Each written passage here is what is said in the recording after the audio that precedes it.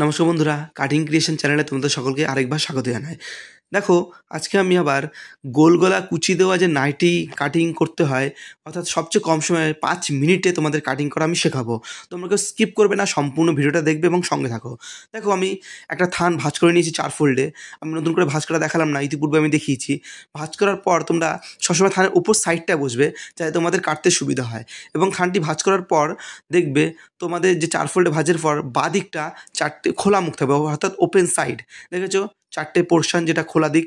এবং এই খোলা দিক দিয়ে আমি আর্মহোল বা হাতা কাটিং হবে, ঠিক আছে। তোমরা ওপর দিকে বসবে, যে বাঁ দিক দিয়ে খোলা মুখ, সেখান দিয়ে হাতা কাটিং। আর ডান দিকটা যেটা জয়েন্ট সাইড হবে, সেখান দিয়ে চেস্টের কাটিং বা বুকের যে কাটিং সেটা বেরোবে।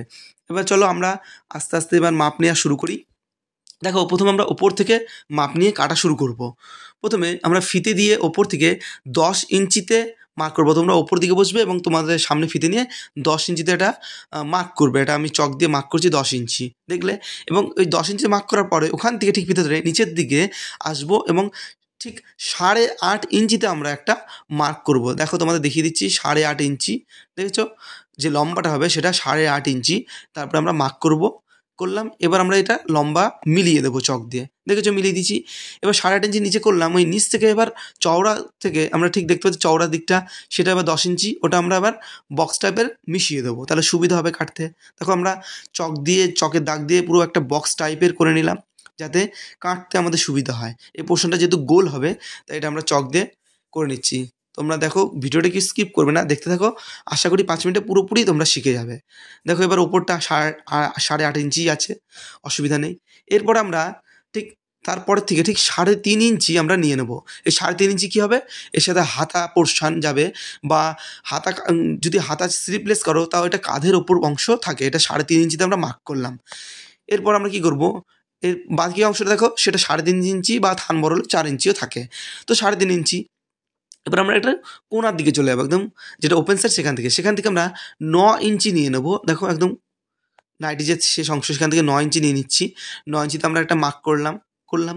এরপর আমরা ঠিক এই যে 3.5 ইঞ্চি মার্ক করেছি, সেখান থেকে সোজা আবার ঠিক 9 ইঞ্চিতে মার্ক করলাম। এবার আমরা লম্বালম্বি মিশিয়ে দেবো। দেখো, এটা একটা মিশিয়ে দিয়েছি, দেখো মিশিয়ে দিচ্ছি। এরপরে দেখো, এই দুখানে যে নিচের পোর্শন, হ্যাঁ, এখানটা আমরা একটা বক্স টাইপের করে দেবো। এটা একটা বক্স হয়ে গেল, বুঝতে পারলে? দুখানা বক্স, একটা বড় বক্স, একটা ছোটো বক্স। বড় বক্সটা হচ্ছে চেষ্টার জন্য, ছোটো বক্সটা দেখো ওইভাবে গোল হবে, যেখানে আর্ম হোল বেরোবে। এবার আমরা আর্ম হোলের জন্য কী করবো, দেখো, গোল কাটিংয়ের জন্য ওপর থেকে ঠিক 9 ইঞ্চি, যেহেতু তার 4.5 ইঞ্চিতে একটা মার্ক করবো। যেহেতু 9 ইঞ্চি তার হাফ, 4.5 ইঞ্চিতে মার্ক করেছি।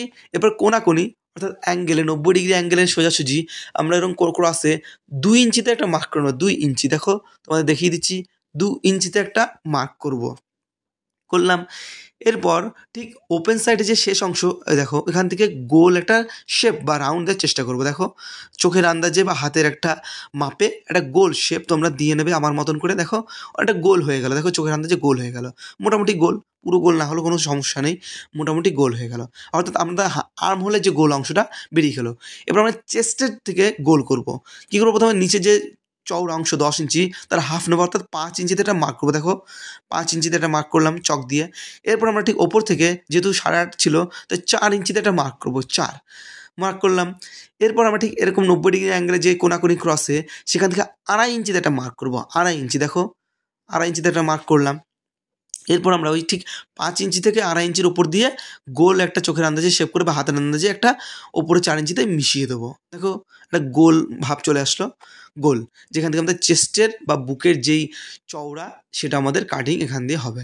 এবার আমরা আস্তে আস্তে দেখো কাটা শুরু করবো। আরেকটা মাপ নেবো, ওপর থেকে ঠিক 5.5 ইঞ্চিতে একটা কাট মার্ক করবো। কেন করবো এটা, এই কাট মার্কটা অবশ্যই করা দরকার, কারণ এখান থেকে কুচি স্টার্ট হবে, ঠিক আছে।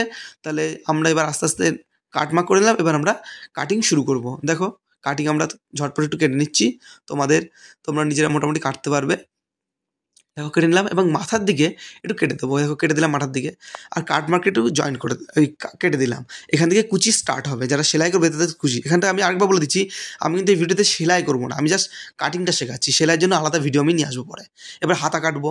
দেখো, হাতার জন্য হাতাটা ওইভাবে রাখবে, রেখে 3 ইঞ্চিতে একটা মার্ক করবে। দেখো, হাতা যেভাবে রেখেছি ওইভাবে রাখবে। লম্বা দিকটা তোমাদের সোজাসুজি, আর চড়া দিকটা তোমাদের বসার দিকে রাখবে। 3 ইঞ্চি নিচে, 3 ইঞ্চি ওপরে মার্ক করবে। মার্ক করার পরে সোজাসুজি ফিতেটা ধরে বা কোনো স্কেল দিয়ে এরকম সোজা লম্বা চক দিয়ে মিশিয়ে দেবে।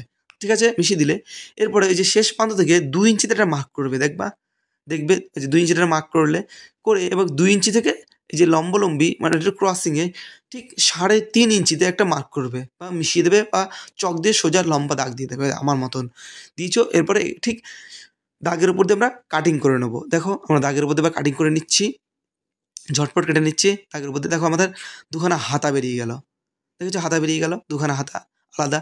আর যে বাকি অংশ পোর্শনগুলো ওগুলোতে আমাদের সে কুচি সবই হবে। দেখো পুরো নাইটিটা রেডি হওয়ার পর ঠিক এরকম দেখাবে। তো আশা করি তোমরা কাটিংটা শিখলে, একবারে না দেখতে পারলে ভিডিওটি আরেকবার দেখে নিও। আশা করি অন্য ভিডিও দেখতে হবে না, ভিডিওটা দেখলে ভিডিওটি আশা করি তোমাদের একটু হলেও হেল্প হবে। আর যদি ভালো লাগে তাহলে অবশ্যই এটা সাবস্ক্রাইব করবে, আমার নতুন চ্যানেল, আমাকে সাপোর্ট করো, আমি যাতে পরবর্তীতে এই ধরনের আরও অন্যান্য কাটিং ভিডিও এবং সেলাইয়ের ভিডিও নিয়ে আসবো। আর একটা অবশ্যই লাইক এবং শেয়ার করো, ঠিক আছে? আর দেখো পুরো নাইটিটা এরকম দেখতে হবে। ধন্যবাদ।